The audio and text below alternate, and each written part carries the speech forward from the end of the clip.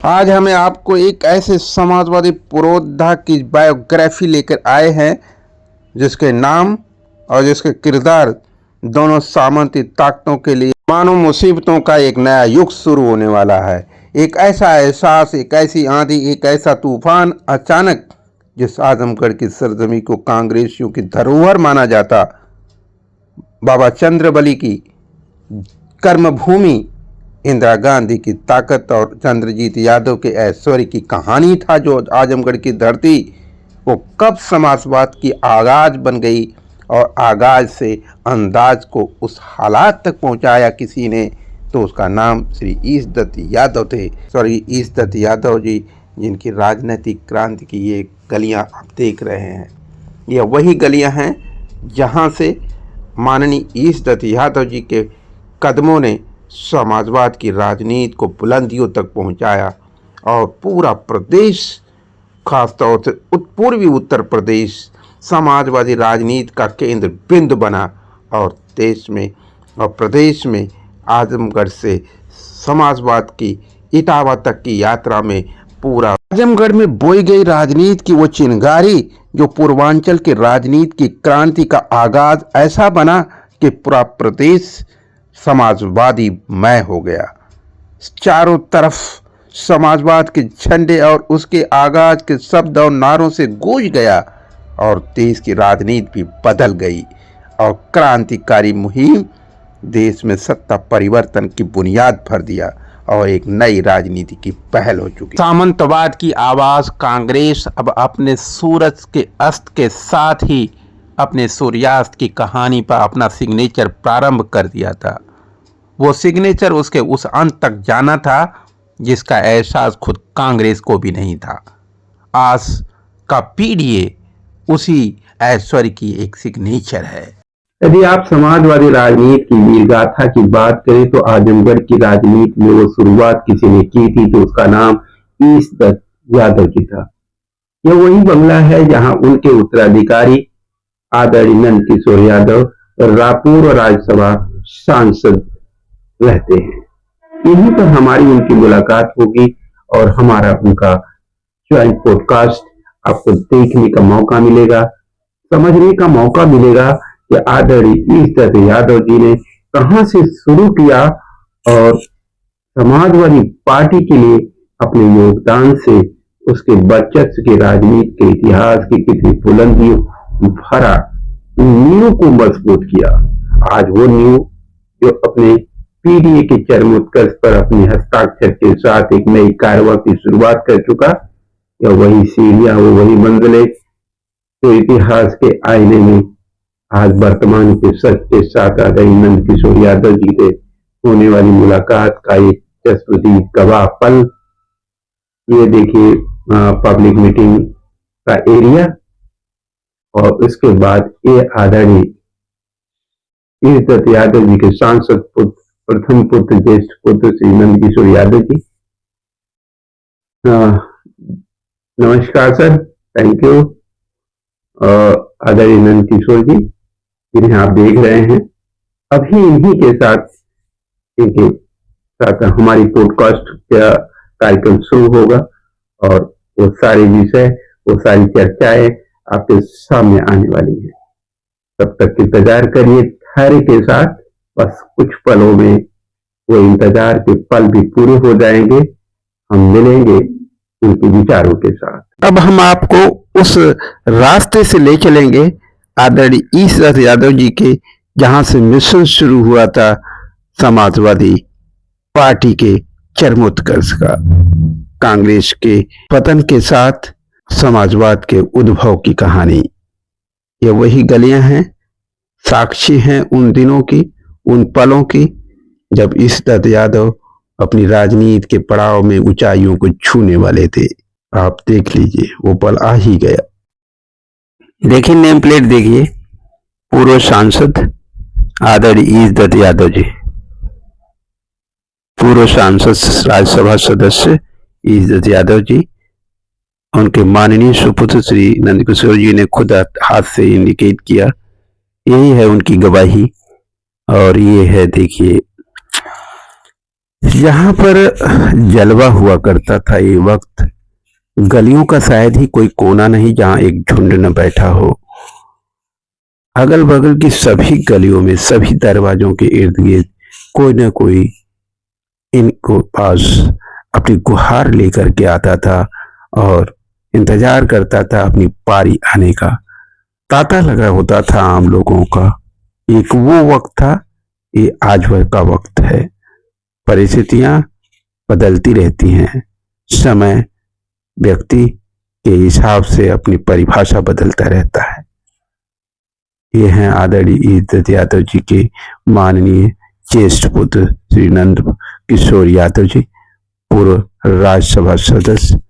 2004 में संभवतः इन्होंने अपनी पारी शुरू किया था राज्यसभा की। अब एक नई पारी की शुरुआत का इंतजार है। संभवतः आदरणीय राष्ट्रीय अध्यक्ष उनकी उन उम्मीदों पर भी उन्हें एक और मौका दे सकें आने वाले वक्त में। ये आजमगढ़ की राजनीति के लिए और खुद उनके अपने पूरे जीवन के प्रयासों और आज समाजवाद के प्रति समर्पित चरित्र का शायद पुरस्कार ही होगा।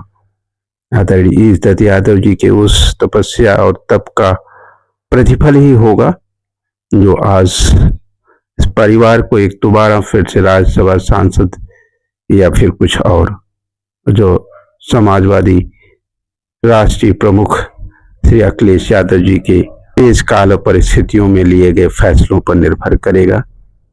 राजनीति की अपनी परिभाषा और परिस्थितियां होती हैं, उसी के हिसाब से व्यक्ति के जीवन का ऐश्वर्य की कहानी लिखी जाती है।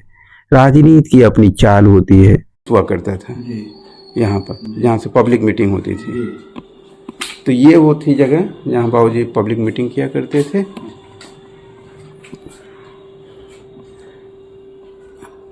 और बाबूजी के लास्ट मोमेंट के बारे में कुछ कहना चाहेंगे? उनकी जो डेथ हुई थी उसके बारे में। डेथ हुई थी बात 3 बजे करीब। बीमार तो 3-4 दिन पहले से थे थोड़ा बहुत, लेकिन सन 1999 में इतना पता नहीं था। कई डॉक्टरों से राय भी लिया गया। सबने बताया कि इनको गैस है, लेकिन वो एक्चुअली में हार्ट ट्रबल थी। जी जी जी। और 3 बजे करीब बाथरूम जब आधे घंटे तक नहीं निकले तो फिर हमारी मदर थी, हम लोग बाहर थे जी। तो उन्होंने दरवाजा खटखटाया। जब आवाज नहीं आई तो एक स्टूल रख करके उस पर चढ़ी। एक थोड़ी सी जगह थी ऊपर बाथरूम में, वहां से देखी तो पता चला कि वो लुढ़के हुए थे। और फिर रोने होने लगे। फिर बहुत से लोग आस पड़ोस के इकट्ठा हुए, दरवाजा तोड़ा गया। और बहुत असहनीय पल था वो आप सबके लिए, बहुत ही। उस वक्त आप क्या क्या मतलब एज रही होगी? उस समय मैं LLB कर चुका था। अच्छा, राज्यसभा सदस्य अभी नहीं? नहीं, राज्यसभा तो नहीं। काफी देर से हुई थी उसके। 2004 में मैं हुआ, उनकी डेथ 1999 में। तो 4-5 साल के बीच में इन्होंने अपने उत्तराधिकार का दायित्व तो निभाया दुखद पल को झेलते हुए। ये था ओवरऑल आदरणीय इज्जत यादव जी के पूरे जीवन का जो कमाई थी, वो राजनैतिक, सामाजिक और पारिवारिक प्रगति। और उसके बारे में थोड़ा सा एक परिवार का क्या सर कि आदरणीय इज्जत जी के कितने भाई थे और कितने उनके अपने बच्चे थे? अच्छा, वो इकलौते बेटे थे? हाँ, इज्जत जी स्वयं पिताजी के हम अकेले थे। अच्छा, हमारे बाबा के। अच्छा, उनके कितने पुत्र थे? आप भी इकलौते थे? 4 थे।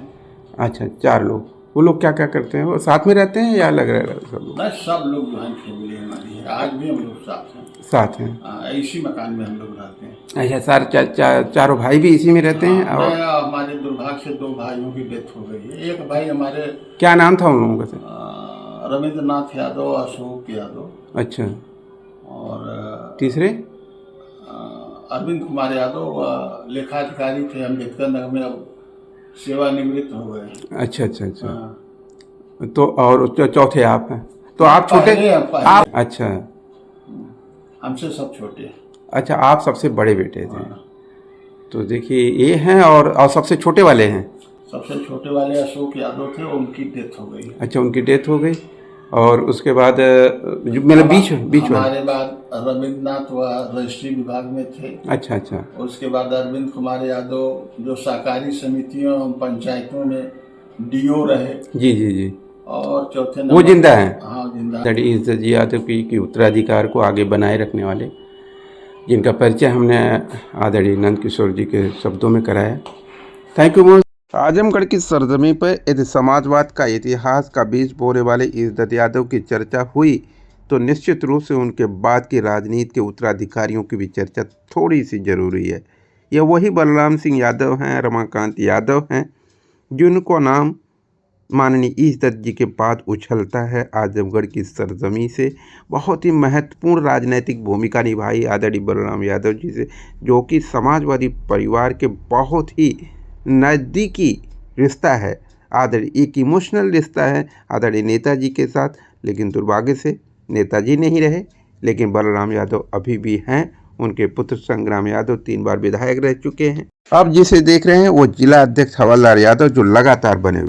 अब हम आपको जिससे मिलाने जा रहे हैं पूर्व राज्यसभा सांसद आदरणीय नंद किशोर यादव जी, जो आदरणीय इज्जत यादव जी के प्रथम पुत्र, 4 पुत्रों में से सबसे बड़े ज्येष्ठ पुत्र थे, और उन्होंने ही उनकी राजनीतिक विरासत को संभाला और आज तक संभाले हुए हैं।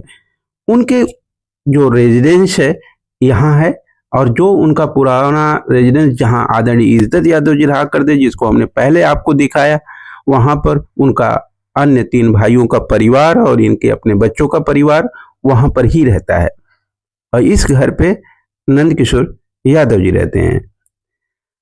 खाना वगैरह का जो व्यवस्था है वो उसी घर में है, परिवार के साथ ही है। अभी परिवार ज्वाइंट फैमिली है, लेकिन अब आप जिसे देख रहे हैं ये वो उसी रेजिडेंस जहाँ पर आदरणीय नंद किशोर यादव जी रहते हैं। कुछ ही पलों में उनसे बायोग्राफी का, आदरणीय इज्जत यादव जी के बारे में क्या उनके अनुभव रहे, उनके जीवन का क्या संकल्प रहा और वो कितना पूरा हुआ था, कितना अधूरा रह गया, और आजमगढ़ की राजनीति से लेके पूर्वांचल की राजनीति को आजमगढ़ से शुरू हुई और पूरे उत्तर प्रदेश की समाजवादी राजनीति की क्रांति का जो बिगुल बजा था, उस बिगुल में आदरणीय इज्जत यादव जी की जो भूमिका थी वो स्वयं उन्हीं के सुपुत्र, ये उनका रेजिडेंस जो लास्ट में देख रहे हैं, ये उनका पब्लिक मीटिंग का देख रहे हैं, ये है देखे पोर्टिको वगैरह, और इसके बाद जो है वो उनका अपनी ऑफिस मीटिंग प्लस रेजिडेंस कह सकते हैं, पर्सनल मीटिंग के लिए है। तो देखते हैं उनके साथ पीसी कहाँ होती है हमारी, और उसके बाद आपको मिलवाते हैं उनसे और जानेंगे ढेर सारी बातें आदरणीय इज्जत यादव जी के बारे में। अब हम आपको बताना चाहेंगे कि ये वो गलियां, ये सुनसान राहें दिन के उजाले में, वरना जब इज्जत जी हुआ करते थे तो ये वही गलियां हैं जहां हमेशा सुबह हो या शाम, दिन हो या रात, गुलजार हुआ करती थी। राजनेताओं की चहलकदमी हमेशा यहाँ बना रहा करती थी, आम जनता भी अपनी गुहार लेकर यहाँ पहुंचा करती थी। यदि आप हमारी बातों से सहमत हैं तो चैनल को लाइक, शेयर और सब्सक्राइब अवश्य करें। Thank you so much. Welcome to BBS news power. ये इंट्रोडक्टरी पार्ट 1, जिसमें आपने सुना, देखा और समझा इज्जत यादव का क्रांतिकारी शुरुआत। पार्ट 2 में आदरणीय पूर्व सांसद नंद किशोर यादव, उनके राजनीतिक उत्तराधिकारी की मुलाकात आपसे कराएंगे।